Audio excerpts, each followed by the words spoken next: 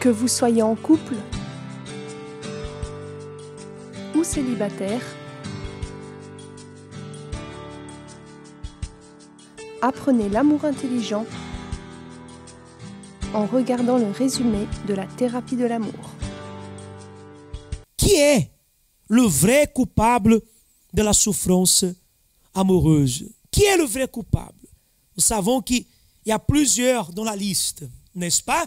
Je crois que le premier qu'on pouvait déjà mettre dans la liste de tant de problèmes, souffrances dans la vie amoureuse, c'est le mal. Le mal qui trompe, qui agit avec le sentiment, l'émotion, l'infidélité, le mensonge, la trahison. Il n'est rien d'autre que le numéro 1 de la souffrance de la vie amoureuse. Mais il est le coupable principal qu'on cherche ce soir. Qui est-ce? Savez-vous qui c'est? Savez-vous? Avez-vous déjà identifié? C'est ça qu'on va découvrir. Et en lisant le livre de Genèse, chapitre 3, au verset 9, ouvre la Bible, dit ainsi, lorsque la Bible révèle ici le coupable de tout ce que nous vivons aujourd'hui d'ailleurs dans le monde. Hein? Si vous ne savez pas, tout a commencé ici. La souffrance dans le monde, dans l'humanité, a commencé ici. Et dans la vie amoureuse sera pareil, vous allez comprendre dans quelques instants. Qui est le coupable de la souffrance amoureuse? Genèse 3, verset 9 dit ainsi, mais l'Éternel Dieu appela l'homme et lui dit, où es-tu?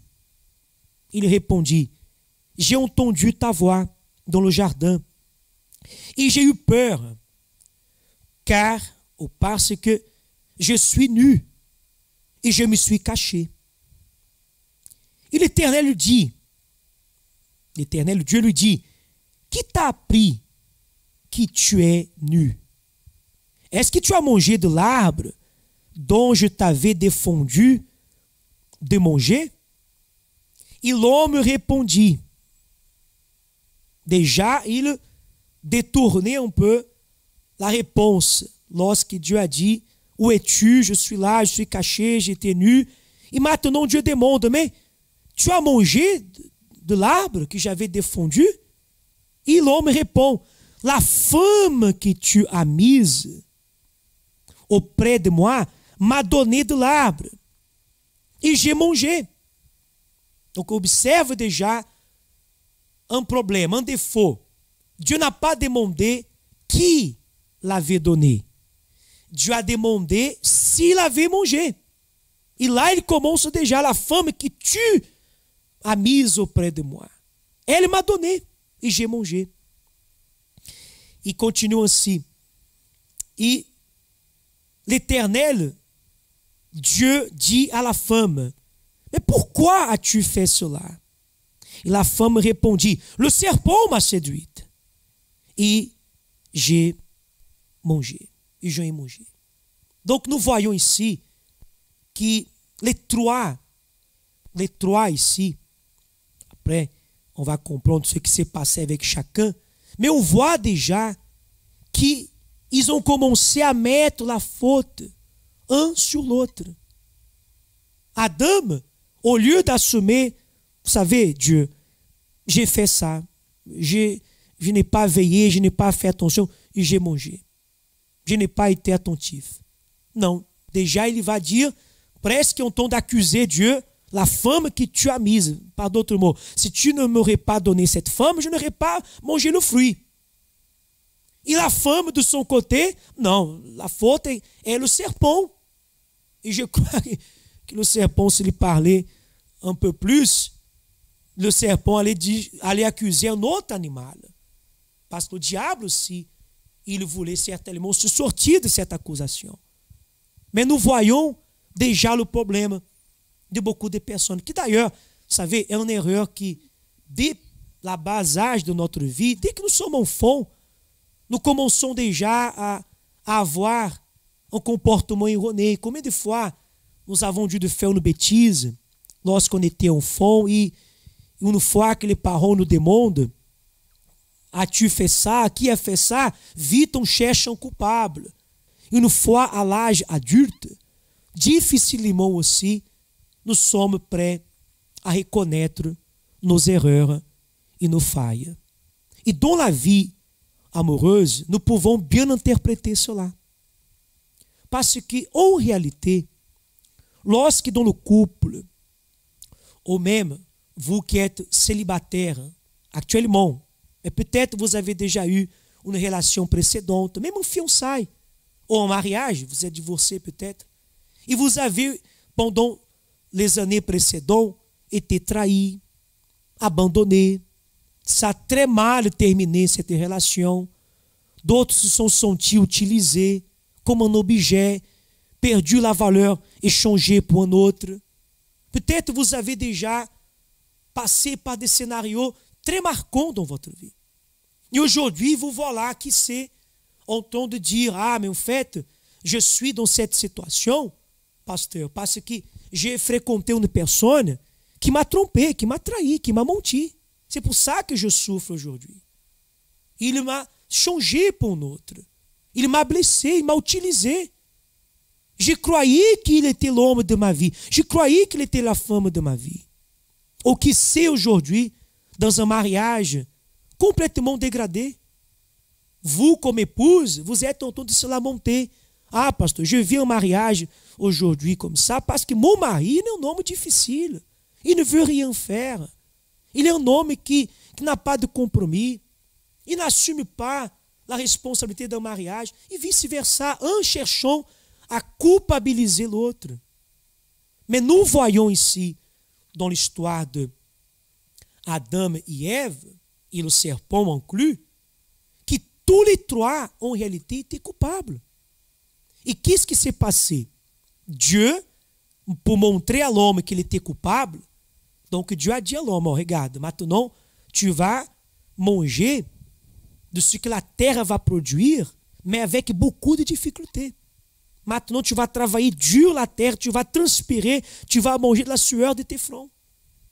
Pour la femme, maintenant, femme, parce que tu es aussi coupable, maintenant, la douleur de ta grossesse, la douleur va augmenter. Tu vas avoir des enfants avec des douleurs. Tu auras amitié entre le serpent, il va te mordre le talon, et toi tu vas écraser la tête. Déjà, le serpent a reçu aussi sa culpabilité. Le serpent, il a dû manger la poussière de la terre comme nous connaissons aujourd'hui. Donc tous les trois ont été rendus coupables vis-à-vis de Dieu. Or, mon ami, où nous voulons arriver aujourd'hui, c'est que nous ne pouvons pas culpabiliser quelqu'un des erreurs que nous commettons. Il faut qu'aujourd'hui, on reconnaisse aussi nos erreurs. É difficile, certo? Cela é difficile, mais c'est possible.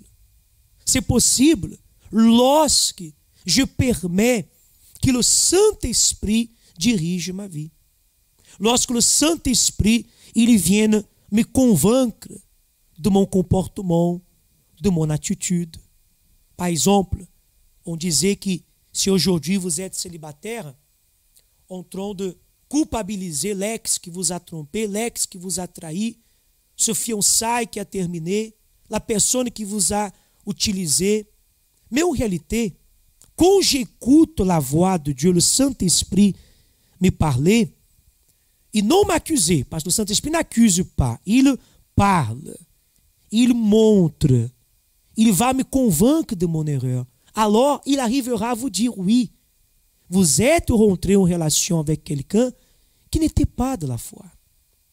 Vous n'avez pas peut-être écouté un conseil de vos parents. Vous n'avez pas peut-être suivi des orientations reçues à la thérapie de l'amour. La situation qu'elle est, l'état qu'elle est émotionnellement, peut-être sans le Saint-Esprit, rancunière, peut-être n'arrive pas à oublier, elle devient coupable. Coupable parce que si elle pardonnait, si elle oubliait, si elle décidait, non, je vais pardonner cette personne qui m'a fait du mal, je vais tourner la page de mon passé, je veux agir différemment aujourd'hui. Donc, elle laisse d'être coupable parce qu'elle va donner le pardon et par la suite recevoir la présence de Dieu. C'est ça qu'il est en train de nous montrer ici à travers cet épisode d'Adam et Ève, que beaucoup de personnes aujourd'hui veulent culpabiliser l'autre, Imagine, vous savez que, imaginons, si par hasard j'ai grossi, vous savez, si j'ai grossi, je ne peux pas dire que j'ai grossi à cause que Viviane a mangé, à cause qu'elle mange, non, c'est moi qui mange. Je ne peux pas la culpabiliser de ce qu'elle mange à cause de mon surpoids. Beaucoup de fois, les gens pensent que c'est à cause de l'autre. Et en réalité, si je viens donc à grossir, sera de ma propre conscience. Je dois être responsable de cela. Parce que ce n'est pas ce qu'il fait qui va me faire grossir. Même si, imaginons si vous faites beaucoup de choses là, beaucoup de graisse, à moi de décider de manger ou non. Et ce n'est pas comme ça. Si aujourd'hui vous êtes là donc dans votre mariage et vous continuez à insister, parce que la faute est de mon mari, la faute est de mon conjoint, et en réalité peut-être Dieu veut vous montrer que le coupable aujourd'hui en réalité, sans vous accuser, mais le coupable dans le sens, il vous manque aujourd'hui reconnaître que nous avons commis des erreurs, que nous avons peut-être sauté une étape, que nous n'avons pas donné oreille à la voix du Saint-Esprit continue nous a parlé. Écoute, cette personne, elle n'est pas pour toi. Elle n'est pas encore délivrée, convertie. Elle n'a pas la foi. Peut-être Dieu, à plusieurs reprises, nous a parlé, mais nous avons fermé l'oreille pour la voix de Dieu.